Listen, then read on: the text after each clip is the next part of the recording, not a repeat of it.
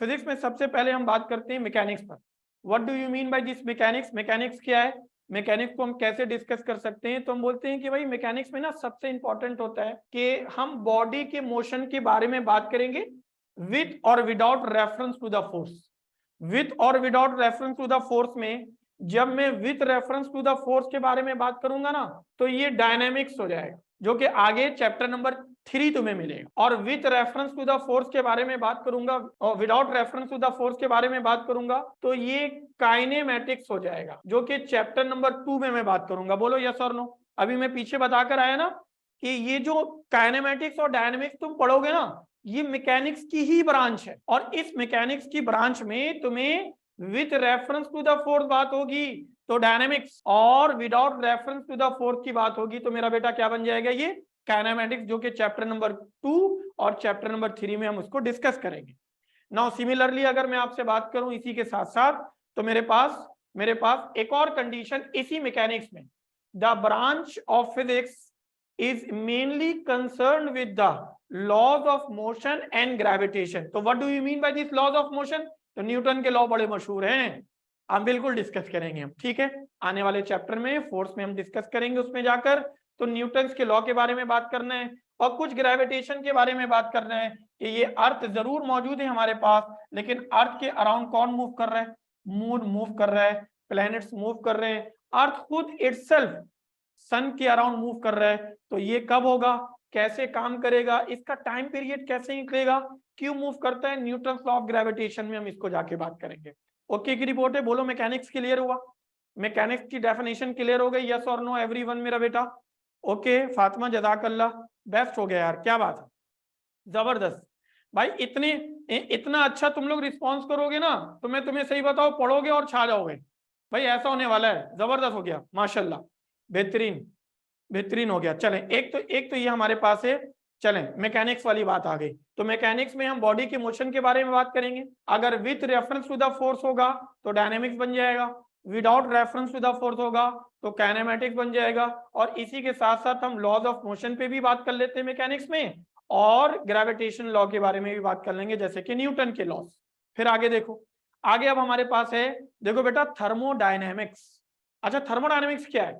तो थर्मोडायनेमिक्स में अगर मैं डिस्कस करूं ना तो थर्मोडायनेमिक्स में हमारे पास एक कंडीशन ऐसे जरूर बन जाएगी जिसमें हम बोलते हैं कि thermodynamics deals with the heat and temperature and their relation to energy and work. बहुत अच्छे तरीके से ऐसे समझो, जब हम थर्मोडायनेमिक्स के बारे में बात करते हैं ना तो आसान अल्फाज में हम एक वर्किंग इंजन के बारे में बात करते हैं, वर्किंग इंजन के बारे में बात करते हैं। सेकेंड ईयर का टॉपिक है, ठीक है, इसको हम ऑब्वियसली सेकेंड ईयर में जाके पढ़ेंगे। एक कार्नोट्स इंजन, वर्किंग इंजन है, कैसे वर्क कर रहा होता है। तो एक इंजन को वर्क कराने के लिए हम क्या करते हैं, हमारे क्लास 9 के बच्चे के जहन में वो वर्किंग इंजन कैसे डेवलप हो सकता है? तो आसान है ना यार, मैं तुम्हें ऐसे समझाता हूँ। देखो एक इंजन है जिसमें सिंपल आप पेट्रोल इस्तेमाल करते हो, एक इंजन है जिसमें डीजल इस्तेमाल करते हो, एक इंजन ऐसा भी है जिसमें तुम पेट्रोल की जगह हाई ऑक्टेव भी इस्तेमाल कर सकते हो, और एक तुम्हारे पास गाड़ी ऐसे भी है जिसमें तुम अब पेट्रोल के साथ साथ, पेट्रोल नहीं है तो उसको सीएनजी किट लगा लो और वहां पे सीएनजी भी इस्तेमाल कर सकते हो। अब मैं तुम्हें समझाता हूँ क्या क्या। एक तुम्हारे पास पेट्रोल आ गया, दूसरा तुम्हारे पास क्या आ गया, डीजल, फिर हाई ऑक्टेव, फिर सीएनजी आ गया। ये सब किसी इंजन में इस्तेमाल हो रहा है, लेकिन इंजन इस्तेमाल क्या कर रहा है, ये पहला सवाल है। तो इंजन बेसिकली क्या कर रहा है, इन तमाम फ्यूल की सूरत में जो तुम प्रोवाइड कर रहे हो इसको जला रहा है, हीट प्रोड्यूस कर रहा है और काम कर रहा है और गाड़ी चल रही है। बोलो यस और नो। ये बात मेरी समझ में आ रही नहीं आ रही? हाँ बैटरी भी हो गई अब तो, बिल्कुल ऐसी ही, माफ जज़ाकल्लाह। बोलो ऐसी ही ना, ये बात समझ में आई नहीं आई?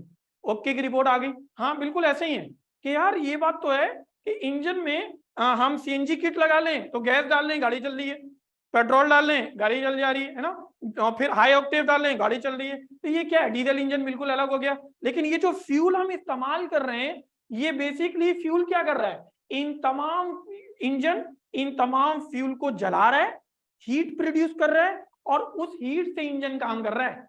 जैसे कि छोटी सी मिसाल मैं तुम्हें दूं, दिसंबर का महीना है, फजर का टाइम है, और दिसंबर का महीना आ गया, फजर का टाइम भी आ गया, और अब फजर का टाइम तकरीबन तकरीबन 6 साढ़े 6, और ये चलो मैं मान लिया 6:30, और मैं नमाज पढ़कर आके ना फौरन मैं क्या कर रहा हूँ, मैं फौरन की अपनी गाड़ी को स्टार्ट करूं, क्या होगा बेटा बता।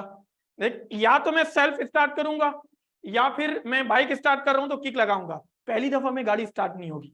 क्यों नहीं होगी बताओ भाई, पहली दफा में गाड़ी स्टार्ट नहीं होती। क्यों? क्योंकि इंजन का टेम्परेचर जो है ना वो सराउंडिंग के टेम्परेचर से कम है। उसकी मैं एक मिसाल देता हूं तुम्हें। तुम लोग अपने अपने घर में बैठे हुए हो, बुक कॉपी रजिस्टर है, उसको उठाओ, उसके नीचे हाथ रखो, कोल्ड फील होगा, चेक कर। तमाम बच्चे मुझे रिस्पॉन्स करना, तमाम बच्चे, जो रजिस्टर जो बुक तुम लेकर बैठे हो उसको उठाओ और उस जहां पर रजिस्टर था वहां पे हाथ रखो, कोल्ड फील होगा। बोल यस और नो, ऐसा हुआ ना? हाँ अंशरा जज़ाकल्लाह, क्या बात है फातिमा, तो जबरदस्त। आयशा ओके की रिपोर्ट है यार, बिल्कुल ऐसा हुआ ना अलिजवा? हाँ ये लॉ ऑफ थर्मोडायनामिक्स भाई होगा, बिल्कुल होगा, कंफर्म होगा, ऐसे ही है। तो वो कोल्ड फील होगा, इसका मतलब है इंजन का टेम्परेचर, इंजन का टेम्परेचर सराउंडिंग के टेम्परेचर से कम है। इंजन उस वक्त तक काम नहीं करेगा जब तक उसका टेम्परेचर सराउंडिंग के बराबर या ज्यादा ना हो जाए। तो हमने एक दफा किक लगाई, नहीं हुआ, 2 3 चौथी दफा में हो गया। तो जैसे जैसे मैं किक लगा रहा हूं ना, इंजन के पार्ट्स आपस में रब करके हीट अप हो रहे हैं, हीट अप हो रहे हैं, और जैसे जैसे उसका टेम्परेचर सराउंडिंग के टेम्परेचर से ज्यादा हुआ, इंजन वर्किंग करना शुरू हो गया। बोलो यस और नो, ओके की रिपोर्ट आई। ऐसे ही है, ऐसे ही है। करण मेरा बच्चा, फातिमा क्या बात है, जबरदस्त।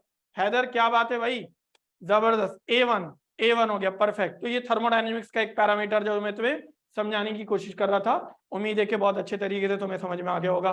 नेक्स्ट, उसके बाद अगली कहानी सुनो मेरा बेटा।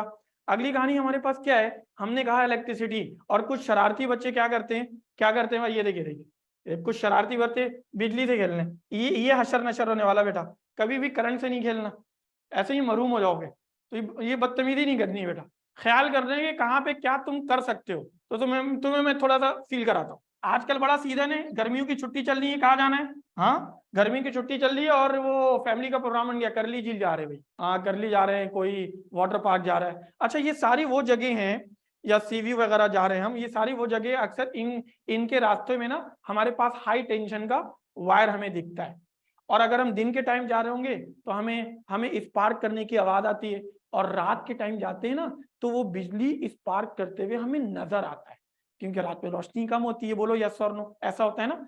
तो हम करते क्या है, हम बोलते हैं electricity is the study and property of charges at rest, rest position में एंड मोशन। अच्छा, रेस्ट पोजीशन में अगर इलेक्ट्रिसिटी है, रेस्ट पोजीशन में अगर इलेक्ट्रिसिटी है तो ये सिर्फ इलेक्ट्रिक फील्ड बनाएगा। क्या बनाएगा भाई? Electric field. सेकेंड ईयर में इलेक्ट्रोस्टैटिक्स का टॉपिक पढ़ोगे, तुम मैट्रिक में जाओगे तो मैट्रिक में जाकर तुमने चैप्टर नंबर 10 पढ़ना, मैट्रिक का चैप्टर नंबर 10 11 है, सॉरी थैंक यू, तो 11 पढ़ना है। चैप्टर नंबर 11 में मैट्रिक में तुम्हें टॉपिक नंबर 2 पढ़ना है, कूलम्स लॉ।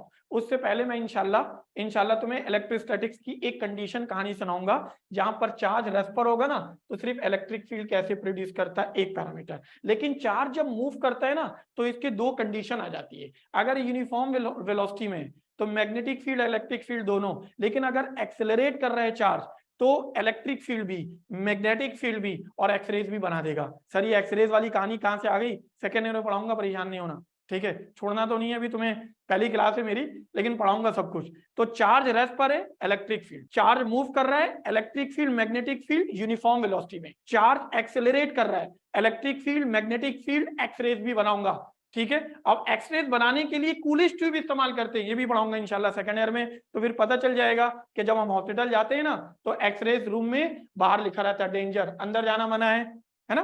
अंदर जाना, गैर मुताल्लिका अफराद अंदर ना जाएं, ऐसे ही है ना भाई? तो एक्सरेज हार्मफुल रेज होते हैं, ठीक? इसको अच्छी तरीके से देख लीजिएगा। और इसी के साथ स्टूडेंट देखोगे तो तुम्हारे पास क्या होगा, it is concern with the phenomena and effect related to the electric charge, phenomena of effect और related to the electric charge, जैसे कि मैं अभी तुम्हें बता दिया। जी जी जी, वेलोसिटी क्या है? हाँ बिल्कुल करण बेटा, वेलोसिटी क्या है? अभी अगले वाले चैप्टर में आएगा काइनेमैटिक्स में, डजंट मैटर। ये वेलोसिटी वो है जब तुम गाड़ी ड्राइव कर रहे हो, उसकी एक डायरेक्शन है, स्पीड भी है, स्पीड विद डायरेक्शन वेलोसिटी। बोल करण यस और नो। करण बेटा किसी भी एक कमेंट्स को मैं जाने नहीं दूंगा, लेकिन ये सवाल अच्छा किया। तो तुम, करण गाड़ी चला रहा है, with speed and particular direction, अल्लाह ना करे एक्सीडेंट नहीं होना चाहिए, तो पर्टिकुलर डायरेक्शन विथ स्पीड मेरे पास वेलोसिटी कहलाएगा। आगे जाके हम जरूर बात करेंगे इस पे, ठीक हो गया। तो एक कंडीशन तो हमारे पास ये आ गई। फिर दूसरे में अगर मैं तुमसे इसी में बात करूं ना मेरा बेटा, तो अब हम बात कर लेंगे कुछ मैग्नेटिज्म पे। क्या करते हैं बचपन में ना, क्या शुगल करते हैं बच्चे, देखना। तो वो हमारे बच्चे कहते हैं चंबुक, है ना, याद आ रहा होगा। और दोस्ती यारी में कैसा चल रहा होता है सीन, ये भी मैं तुझे सुनाता हूँ।